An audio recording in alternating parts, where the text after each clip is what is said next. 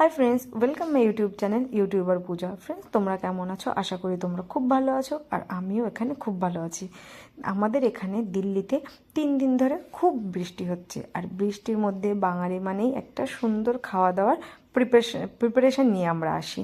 তো ফ্রেন্ড, আজকের প্রিপারেশনটা কি সেটা নিয়ে আজকে তোমাদের কাছে চলে এসেছি। তো চলো শুরু করি। আজকের মেনু কি?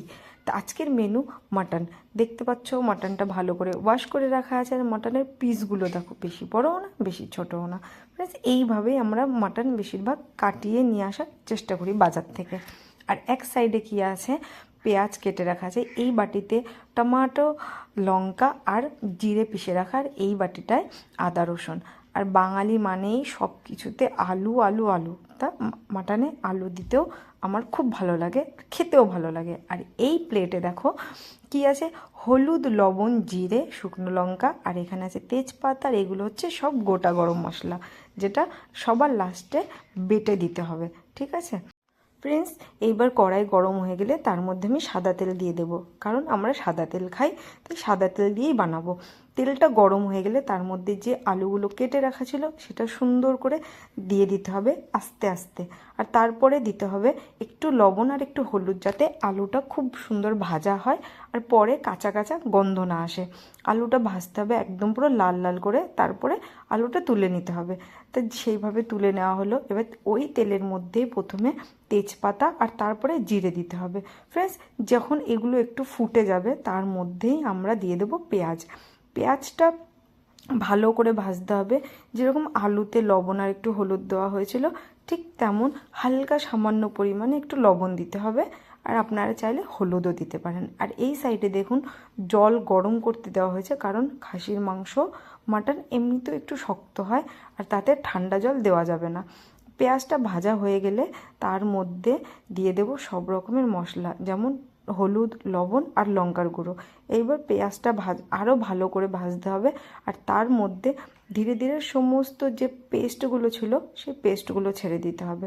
ফ্রেন্ডস, এইবার এই মশলাটাকে এমন সুন্দরভাবে তোমাদের কষে নিতে হবে যে এর যে জলটা শুকিয়ে যাবে, আর আস্তে আস্তে এর ভেতর থেকে একটা তেল বেরিয়ে আসবে। দেখুন জল শুকিয়ে গেছে, তেলটা উপরে আস্তে আস্তে ছেড়ে দিয়েছে। তার মধ্যে এবার আস্তে আস্তে মাটনগুলো ছেড়ে দিতে হবে।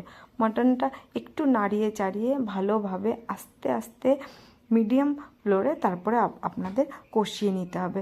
মাংসটা যখন সেদ্ধ হয়ে যাবে আপনারা নিজেরাই বুঝতে পারবেন মাংসটা একটু থুলথুলে ভাব হয়ে গেছে, আর যে জলটা শুকিয়ে গেছে, আর মাংসের থেকেও একটা তেল বেরিয়ে এসছে। তা দেখুন ফ্রেন্ডস, মাংসটা একটু থুলথুলে ভাবে হয়ে এসেছে, মানে মাংসটা সেদ্ধ হয়ে গেছে। তার মধ্যে এবার যে জলটা গরম করে রাখা হয়েছিল সেই জলটা এবার আস্তে আস্তে ওর মধ্যে দিয়ে দিতে হবে।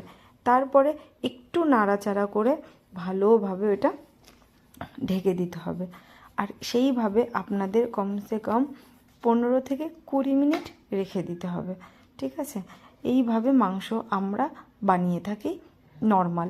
তারপরে আস্তে আস্তে দেখুন মাংসের যে প্রথম ধাপটা হয়ে গেছে, মানে মাংস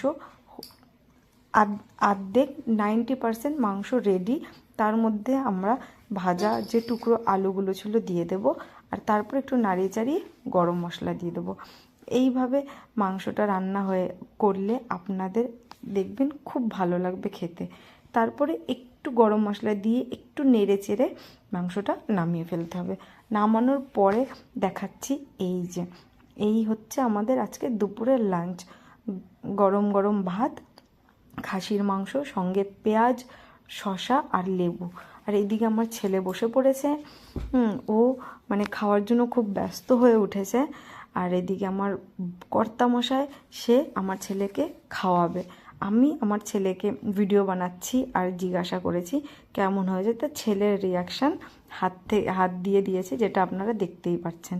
পেছনে আমাদের পরিবারের এক সদস্য ঘুরে ঘুরে বেড়াচ্ছে, কখন আমাকেও খেতে দেবে। তো ফ্রেন্ড,